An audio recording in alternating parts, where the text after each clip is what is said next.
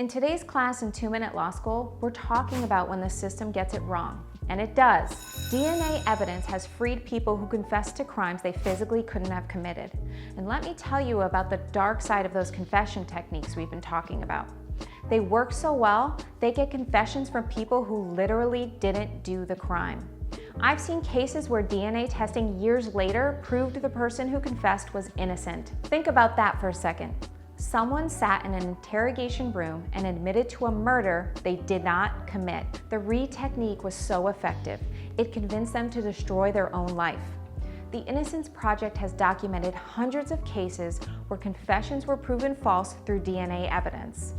These aren't criminals trying to game the system. These are broken people who couldn't withstand psychological pressure. Courts have overturned convictions when it became clear that the confession was coerced through deceptive tactics. But here's the sick part. By then, people have lost years or decades of their lives. The problem is that legal experts and civil rights groups have been screaming about this for years, but the system keeps using these techniques because they work. They clear cases. They make prosecutors happy. They advance police careers. So what really keeps me awake at night is thinking about how many false confessions never get discovered.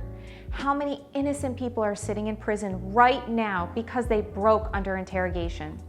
The Reed technique is particularly dangerous for vulnerable populations. Teenagers, people with mental disabilities, people under extreme stress, they're all more likely to falsely confess just to end the psychological torture. And parents, listen up. Yes, they can use these techniques on your kids. Your teenager can be psychologically manipulated into confessing to something they did not do, and it happens more often than you think. The system counts on you not knowing this stuff.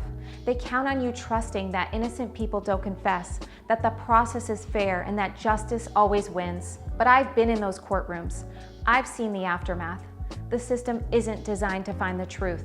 It's designed to process cases efficiently. Class dismissed. And if you wish you went to law school or you just want to be smarter and win that next argument with your friends, be sure to like and subscribe so you can get new classes when they drop.